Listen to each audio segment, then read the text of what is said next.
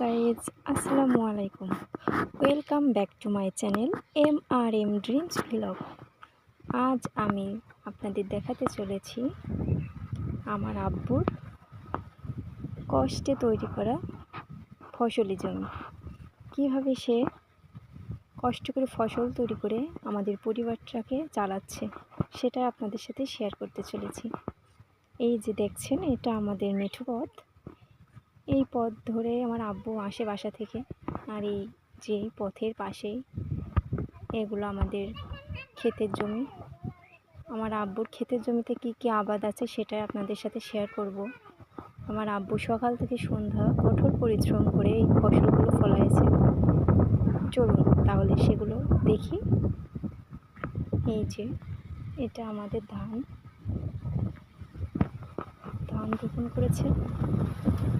এই যে রোডের অন্য পাশে এগুলা অন্য কৃষকদের জমি। দেখুন কত সুন্দর। এদিকটা শুধুই ধানের জমি, এজন্য সবই ধান। দেখুন কত সুন্দর মাঠ।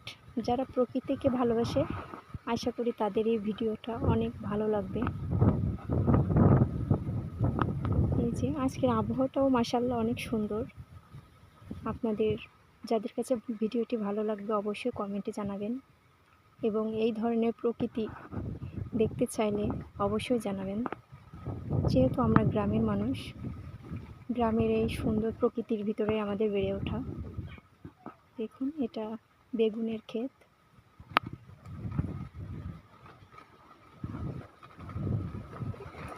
এই যে মাঠের এই ক্ষেতগুলো দেখতে যতই না সুন্দর, ততটার বেশি পরিশ্রম আর কষ্ট করে এগুলো তৈরি করেছে। জমি প্রস্তুত করা, বীজ বপন করা অনেক কষ্টের। রোদ গরমে, সামান্য গরম পড়লে আমরা বাসা বাড়িতে থাকতে পারি না, সেখানে মাঠে এই যে প্রচণ্ড রোদ তাপের ভিতরে এগুলো করা কিন্তু সহজ কাজ না। দেখুন এই যে আমাদের ধানের ক্ষেত।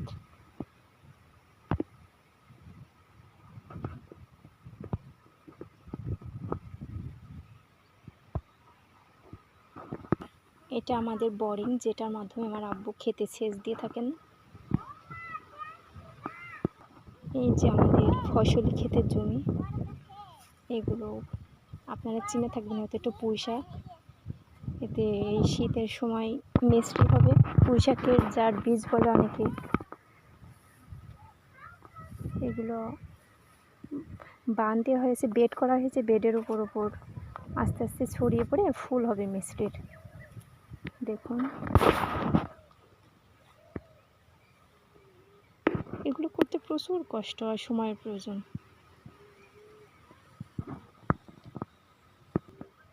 এই যে বেড দেখছেন, এই বেডের ভিতরে আছে ষাঁড় কচু। এটা আমাদের গ্রামে ষাঁড় কচু বলে, জানেন আপনারা কি বলেন, অনেকে মুখী কচু বলে। এই যে দেখছেন এগুলো ষাঁড় কচু।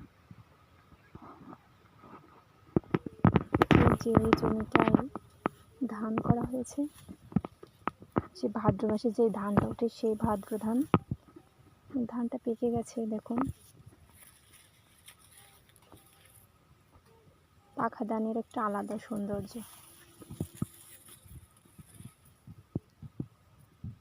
পাশাপাশি ক্ষেত। যে রোডের অপর পাশে চলে আসছে, এখানে আমার আব্বু কিছু ঘাস লাগিয়েছে। এগুলা আমাদের বাসায় অনেক গরু ছাগল আছে, তাদের জন্য। এখানেও আমাদের আর একটা ধানের জমি পাশাপাশি।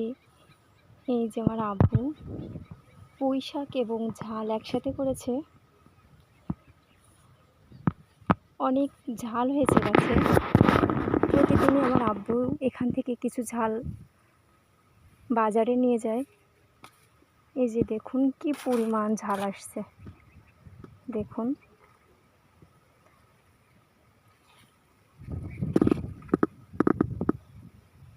অসম্ভব সুন্দর ফলন হয়েছে। আল্লাহর রহমতে আমার আব্বু অনেক পরিশ্রম করে, আর তার একমাত্র ভরসাই এই ক্ষেত। দেখুন প্রতিটা গাছে এত বেশি ঝাল আসছে, দেখুন।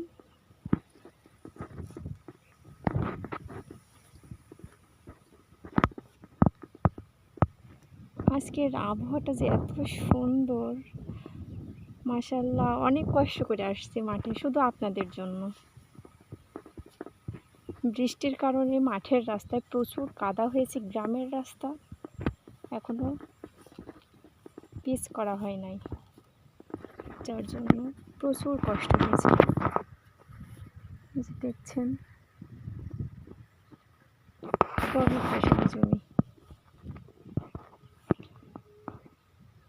এই যে ক্ষেতটা দেখছেন, এটাও পুঁই শাক, কিন্তু এটা মোটা পুঁই শাক, অনেক মোটা এই পুঁই শাকটা। এটা প্রতিদিনই আমার আব্বু বাজারে বিক্রি করতে নিয়ে যায় আঁট হিসেবে।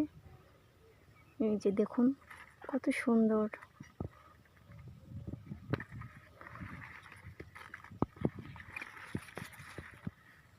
অনেক সুন্দর। আর এই সৌন্দর্যটা যে কত কষ্ট করে আমার আব্বু তৈরি করেছে, দেখুন। আশা করি আপনাদের ভালো লাগবে, আর ভালো লাগলে অবশ্যই কমেন্ট করে জানাবেন। ভিডিওটা আজ অনেক বড় হয়ে যাচ্ছে, তবুও কষ্ট করে ধৈর্য ধরে দেখুন, অবশ্যই আপনাদের ভালো লাগবে। তাহলে আজ এই পর্যন্তই। আমার চ্যানেলটিকে সাবস্ক্রাইব করে আমার পাশে থাকবেন এবং সবাইকে আপনার বন্ধুদের কাছে শেয়ার করবেন। ধন্যবাদ সবাইকে।